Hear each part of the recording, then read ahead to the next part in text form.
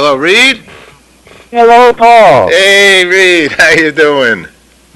I'm doing just great out here. Oh boy, I haven't talked to you in a long time. I miss you. How's things? Oh, yeah. Like almost 3 years have gone by. Are we recording? We're recording, but I haven't talked to you now since we had the your 1,000 day party. Right. Well, that's been 51 days. Today is 1,051 days that I've been sailing on the high seas without stopping. That's a pretty incredible thing. It's hard for me to imagine. And I've got a ways to go, and I don't see any problems at all. Everything looks real good. For you to return on June 17th, is that still possibly correct? The date? Okay. Oh, yes, that's good. Yes. So it says here, Reid says here on his 1000days.net website, March 5th, day 1048, I raised mainsail after 6 months, okay. Sailing is so beautiful, I cried. Tears of joy and thankfulness. Watch our TRAC move NNW over the next week. Sacred side slipping was incredible. What's next? Love, Reid. All right. So what does that mean? What's the? Okay. I'm sailing full sail now, north-northwest, NW, north-northwest, against the trade winds. So it's a brisk, strong wind against it, and I'm holding a course north-northwest. This course north-northwest is taking me up into a position where I'll, after a week or two, I'll decide this is good for me. Now I'm going to shorten sail because it's easier for me to sail with less sail up, and then I'll shorten sail and I'll do my sacred side slipping. That means I'm holding in the wind and the wind is blowing me slightly sideways.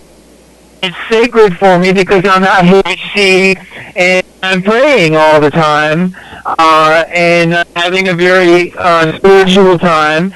So that's what I'll be doing as I slowly come back across the Atlantic and south of Bermuda, north of the Caribbean Islands, into the Bermuda Triangle, and then by June I'll be ready to start sailing north by the time my title for June the 17th. Yay! So personally, internally, how do you feel about this whole experience? Oh, I feel very good. I feel extremely lucky so far, and of course, since I'm very much in the middle of it, I'm still carrying on rather than looking back. I'm not looking back. I don't know what I've written before. I've almost forgotten what I've done. It's been 3 years. I'm just dealing with keeping the boat shipshape, keeping my routine going, and making sure that everything's good so that I can get back by June the 17th. And then I guess I'll have a look at things. I'm just not too sure about arriving back on the shore. Of course, I have a lot of good friends and loved ones that I'll be eager to see. But I have really no idea what's going to happen to me, where I'm going to be, or what I'm going to do. What would you say to somebody that had a passion to do something in their life that's a bit unusual? What would you say to them? Well, I hope that what I'm doing is an inspiration to anyone and everyone to follow your dreams, whatever it is. And have a look at what I've been doing. Have a look at what I've been writing, because I'm trying to offer inspiration, and I also offer all the details for how I've done what I've done on every level, meaning I don't see how a sailor can go to sea in the future without reading what I've written, because I had to be a seaworthy person to come out here to sea. And I had to prepare the right food. I had to prepare the right psychology to be out here. But on a much larger issue, on a much more human and world issue, how was I able to cast off from land and security and people and the world and come out into a place and be all alone in the raw, pure, eternal sea? That can be seen as, in a similar way, anyone who wants to take their own voyage into themselves or into the mind of humanity in a large way. Do you feel that, in that you are a shaman and that you do yoga and you do some spiritual ways in your life, that has is a good way for someone to approach any kind of a major mission like this? Yes, that's very important, because there are lots and lots of techniques. There are lots and lots of practices that come from all the ancient cultures, that come from all the religions. These are things that you can learn and that you can do that will help you as you delve deeper into the human mind. And things like yoga and various aspects of shamanism offer techniques that help you channel energies that are unseen to normal people who are busy with their worldly cares. They don't know about the great spiritual energies that are available to people who look within themselves and who use these techniques that are available through the ages for people to use to help them do what they do. So I've gone into great lengths describing these kinds of things, and I mix it up with here's how I sail the boat, and at the same time here's how I become one with nature, because becoming one with nature helps me tune into the nature and helps me survive out here.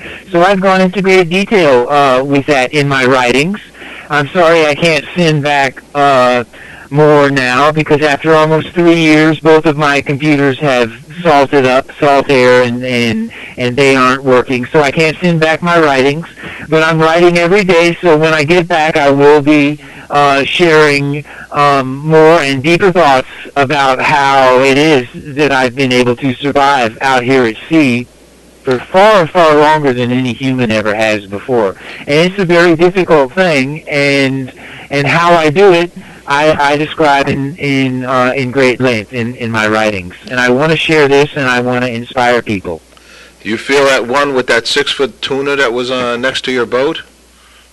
Oh, I feel the life of the sea teeming all around me. And today there's I haven't seen any big tuna today. There's a lot of little ones, and the flying fish that they're chasing are little flying fish. But as I said, I just saw one jump outside the window just now while I'm talking to you.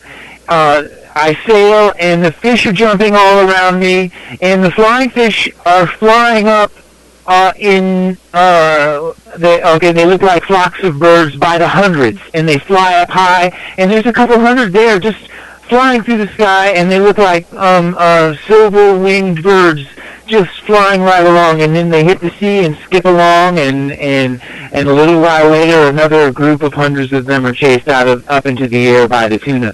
So I know that the sea underneath me is teeming with life, and from out here, everything looks good. Beautiful. Last question, Reid. I love talking to you. I miss you and everything. And I don't think I ever even asked you, what's good news for you, Reid? What's good news?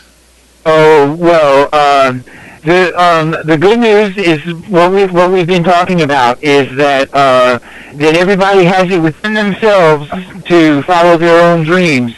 And they just have to start by looking at life and putting a big smile on her face and saying, I love life, and I'm going to do what I can to make it nice for myself and everybody else in the world. I love you, That's a Reid. good place to start. That's a Okay, beautiful, Paul, beautiful I love place. you. I love you too. I can't wait to see you. Okay, well, we'll be in close touch. Thanks a lot for having me. I love it. All right, Reid, congratulations. Look forward to seeing you soon. Thanks a lot. Bye. Bye-bye.